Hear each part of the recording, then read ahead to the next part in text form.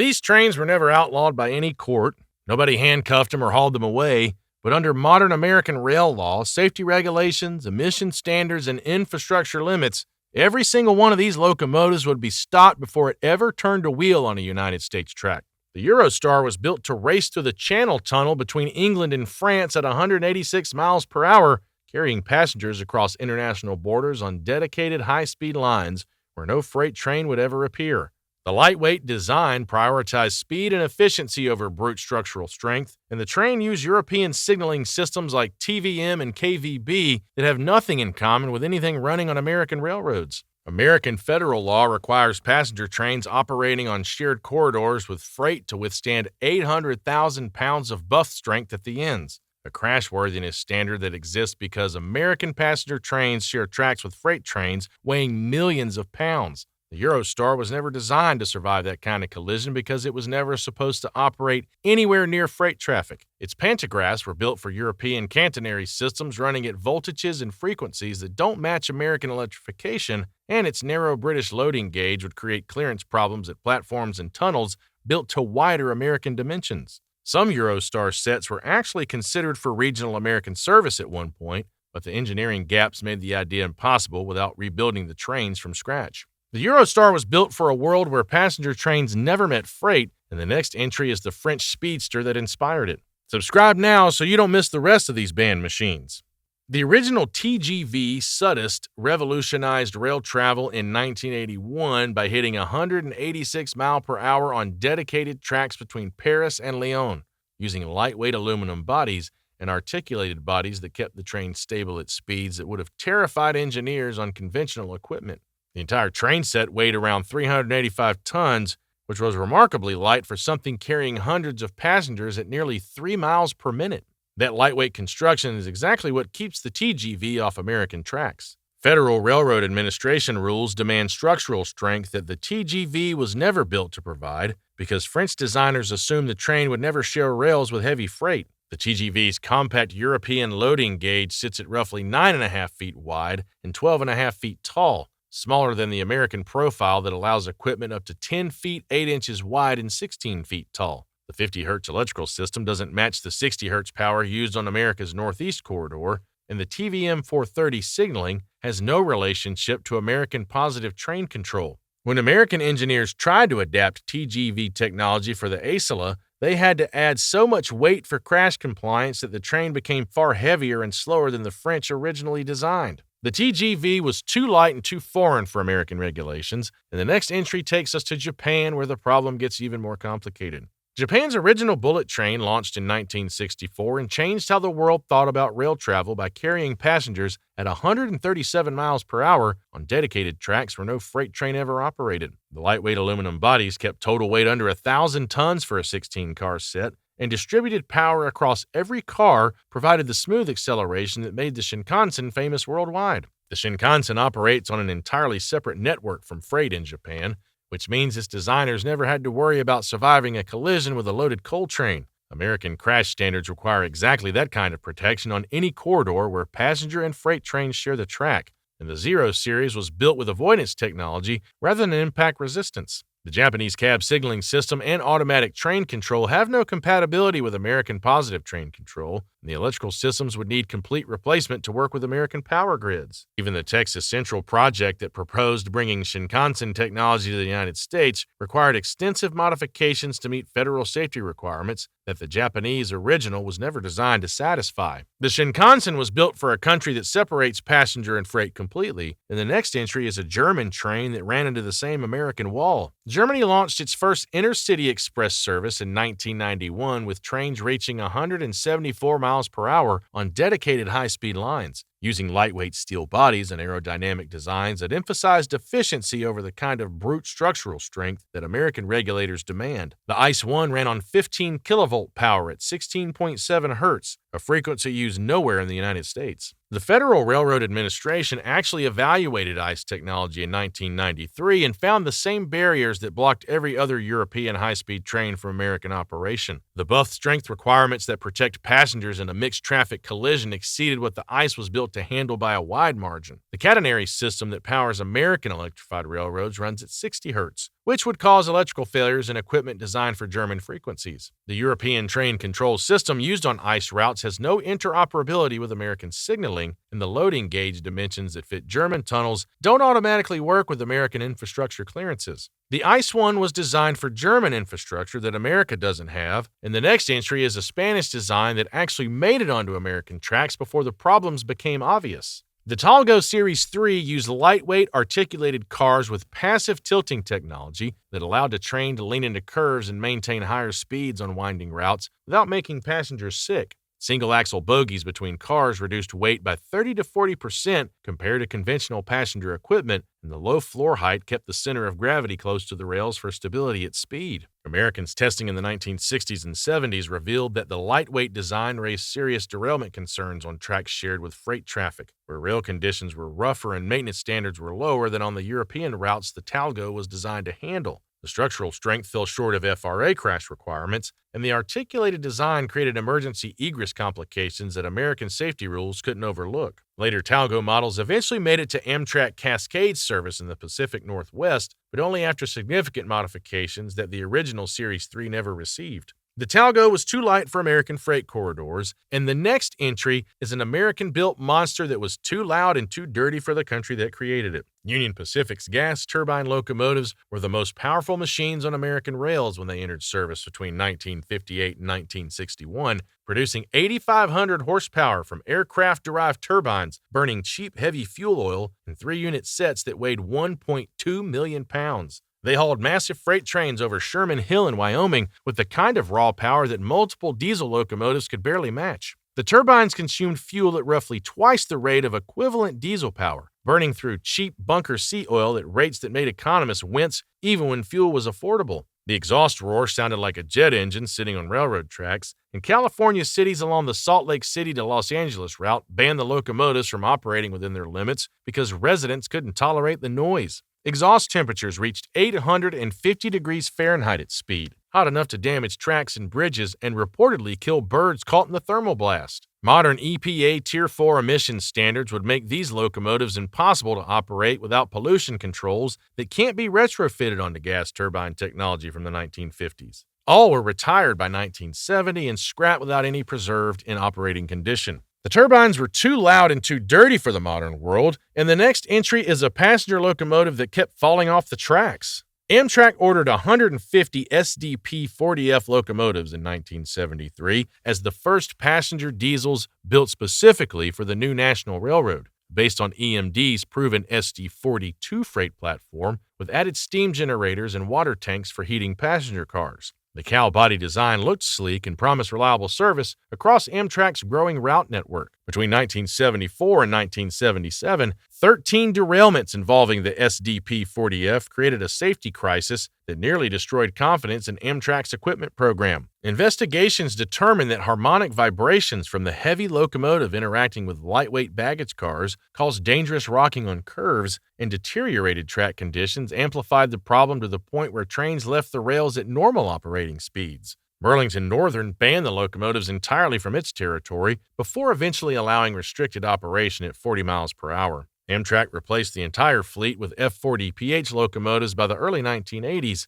and some SDP-40Fs were converted to freight service where they never derailed again, suggesting that the passenger-car interaction was the root cause all along. The SDP-40F couldn't stay on the tracks in passenger service, and the next entry is a freight locomotive that couldn't keep its engine from tearing itself apart. EMD rushed the SD-50 into production between 1981 and 1986 to compete with General Electric's Dash 7 series, pushing the 645 engine to 3,500 horsepower at 950 RPM by running it faster and harder than the platform was originally designed to handle. The locomotive featured microprocessor controls that replaced the relay logic EMD's customers knew how to maintain, and early units shipped with as many as 25 factory defects per locomotive. Crankshaft failures became so common that railroads like Canadian National derated their SD-50s to 3,300 horsepower, and CSX dropped theirs to 3,000, essentially turning an expensive new locomotive into an SD-42 that cost more to buy and more to fix. The high RPM vibration stressed the engine block beyond its design limits, and the new microprocessor controls confused maintenance crews trained on mechanical systems. The SD50's reliability problems were severe enough to shift market dominance from EMD to General Electric for the first time in diesel history, a change in power that lasted for decades.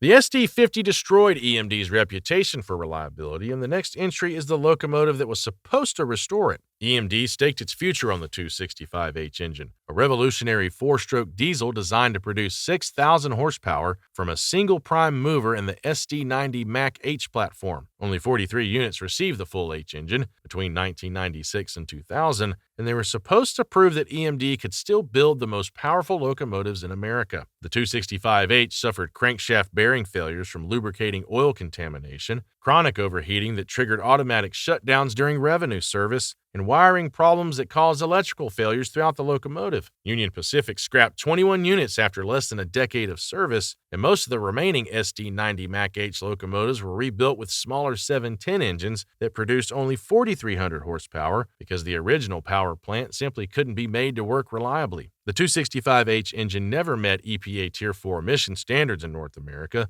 though an improved version found buyers in China where different regulations applied. The 265H was supposed to save EMD and nearly buried the company instead, and the next entry is a twin-engine monster that literally cracked under pressure. General Electric bolted two complete 16-cylinder FDL diesel engines into a single 83-foot frame to create the U50, a 5,000-horsepower behemoth that Union Pacific ordered 26 of between 1963 and 1965. The locomotive used a span-bolster truck arrangement with 8 axles to distribute its enormous weight, and the design was intended to replace multiple smaller locomotives with a single unit of overwhelming power. The frame couldn't handle the stress of two engines operating at full power while navigating curves and rough track, and cracking became a chronic problem that no amount of reinforcement could permanently solve. Wiring fires broke out as vibration loosened connections throughout the locomotive, and maintaining two complete engine systems in one frame doubled the mechanical complexity without doubling the reliability. Union Pacific retired the entire fleet by 1977 and scrapped them for parts, with Southern Pacific's single unit meeting the same end. The U50 was too long and too stressed for its own frame, and the next entry is a Baldwin locomotive that was blacklisted by the railroads that bought it. Baldwin built the Centipede with two 1,500 horsepower engines and a 91-foot frame on 12 axles, producing 54 units between 1945 and 1948, with the Pennsylvania Railroad taking the largest order at 24 units. Baldwin assembled each one like a custom steam engine rather than a production diesel, meaning no two units were identical inside. Electrical failures became routine, lubrication problems caused engine fires, and the locomotives tracked so poorly that railroads restricted them to straight runs. The Pennsylvania Railroad demoted its Centipedes from passenger to freight to helper duty before storing them entirely. Every one was scrapped by the mid-1960s with none preserved. The Centipede was blacklisted by its own customers, and the next entry is a submarine engine on wheels that couldn't handle life above water. The Erie built used a 2,000 horsepower opposed piston engine adapted from submarine service, assembled at General Electric's Erie, Pennsylvania plant, with elegant Raymond Loewy styling that initially attracted buyers like Union Pacific and Santa Fe. The engine overheated at high altitudes and under heavy loads because locomotive radiators couldn't match the seawater cooling that kept the same engine running smoothly underwater. Accessing lower pistons required removing the entire upper crankshaft, meaning mechanics spent more time disassembling than repairing. Fairbanks Morse built 111 units before orders stopped, and every Erie built was scrapped by the 1960s with none surviving. The Erie built proved that submarine engines needed the ocean, and the next entry is a steam locomotive that was too advanced for the crews who had to run it. The T1 was Raymond Loewy's Art Deco masterpiece, a 6,500 horsepower duplex drive locomotive that the Pennsylvania Railroad built in 52 units between 1942 and 1946 for high-speed passenger service above 100 miles per hour. Violent wheel slip from improper spring equalization terrified crews and damaged tracks during nearly every demanding run. Engineers lacked the specialized throttle skills the T1 demanded, and the railroad never provided adequate training. The complex Franklin poppet valves required maintenance expertise most shops couldn't deliver on daily passenger schedules. Every T1 was scrapped between 1952 and 1956, and modern emissions, crew, and boiler regulations would bar any steam locomotive from regular service today. The T1 was too demanding for everyday operation, and the next entry is a locomotive that was too good to save. The Niagara class represented the peak of American steam design. with 27 units built by Alco in 1945 and 1946 that delivered 6,600 horsepower and hauled premier trains like the 20th Century Limited while accumulating up to 30,000 miles per month. Despite their excellence, the Niagaras were scrapped by 1956, and after barely a decade of service under the New York Central's aggressive dieselization program, modern regulations would bar them again through EPA emission standards, FRA boiler inspection requirements impractical for daily service, crew cost mandates, and positive train control requirements that no steam locomotive was ever built to carry. The Niagara was killed by economics and would be killed again by modern regulations, and the next entry is a German import that American railroads rejected on principle. Southern Pacific imported 15 of these German diesel hydraulic locomotives in 1961, and the ML4000 delivered 3,540 horsepower from twin Maybach V16 engines driving through Voith hydraulic transmissions instead of the electrical systems used on every other American diesel. American mechanics had no experience with hydraulic transmissions and no access to specialized German parts or tooling. The Maybach engines overheated on grades beyond their European design limits, and the locomotives couldn't couple with standard diesel electrics for multiple unit operation, crippling their usefulness on a railroad that needed every unit to work together. All were retired by 1968 and scrapped, though Southern Pacific number 9010 was recently restored for display at the Niles Canyon Railway. The ML4000 was rejected because America runs on electric transmission, and the next entry is an engine that was supposed to revolutionize diesel power. The 265H engine was EMD's attempt to leap ahead of General Electric with a four-stroke diesel capable of 6,000 horsepower, installed in SD90 Mach-H platforms, and delivered to Union Pacific and Canadian Pacific for real-world testing. Chronic overheating stranded trains on main lines during revenue service. Crankshaft bearings failed from oil contamination the design couldn't prevent, and wiring problems created cascading failures that kept locomotives in the shop more than on the road. EMD never moved the H engine beyond the prototype stage, and every unit built was either rebuilt with conventional 710 engines or scrapped because the power plant couldn't be made reliable. The H engine prototypes never left the experimental stage, and the next entry features locomotives that were perfectly fine when built, but can't meet rules that didn't exist when they were new. The -7 series marked General Electric's breakthrough into microprocessor-controlled locomotives starting in 1977, with roughly 1,200 units produced through 1985 that helped GE challenge EMD's market dominance for the first time in the diesel era. Original unmodified -7 locomotives produce emissions that exceed current EPA Tier 4 standards by 5 to 10 times, lacking the catalytic reduction systems and particulate filters that modern regulations require. Railroads phased most unmodified units out by the 2010s, and any original -7 would need extensive retrofits before federal regulators would allow it back into revenue service. The -7 was clean for its era, but filthy by modern standards, and the next entry covers every steam locomotive still dreaming of pulling freight trains. Steam locomotives hauled every ton of American freight for over a century and reached their peak in the 1940s, with machines producing over 6,000 horsepower. By 1960, diesels had replaced them entirely because the economics were simply overwhelming. Modern federal regulations make steam and regular freight service effectively impossible. EPA Tier 4 standards prohibit the emissions that coal and oil combustion produce. FRA boiler inspection requirements demand maintenance schedules impractical for daily service. Positive train control mandates require signaling technology that steam locomotives were never built to carry. Crew requirements inflate labor costs beyond what any freight railroad would accept when a single diesel engineer can control multiple units from one cab. Steam can't meet modern rules at any price, and the next entry is a British speed record holder that would not fit through American tunnels. The Mallard holds the world speed record for steam locomotives at 126 miles per hour, set in 1938 with a streamlined Pacific design that weighed 167 tons and was built to the British loading gauge at roughly 9 feet wide and 13 feet tall. American infrastructure uses the wider plate C loading gauge, allowing equipment up to 10 feet, 8 inches wide, and over 15 feet tall. And while the Mallard would physically clear most American structures, the locomotive was never designed for American crashworthiness standards. Its signaling has no compatibility with positive train control, and its coal-fired boiler violates EPA emission standards for anything beyond heritage operations. The Mallard visited the United States in 2013 for static display, but couldn't legally turn a wheel on American rails. The Mallard broke speed records in Britain, but can't legally move in America. And the final entry is a Soviet powerhouse that belongs to an entirely different electrical universe. The VL85 is a 12,450 horsepower freight electric locomotive built between 1983 and 1994 for hauling massive trains across Siberia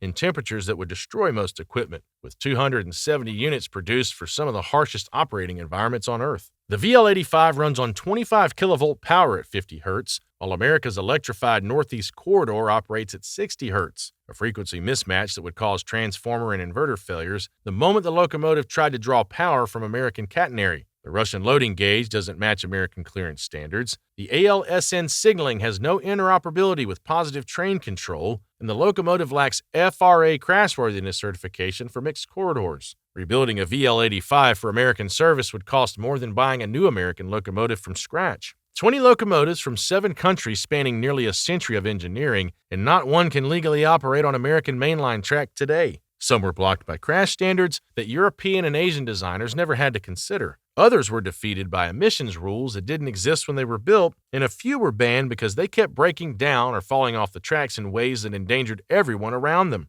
Hit that like button and subscribe for more stories about the locomotives that regulations left behind.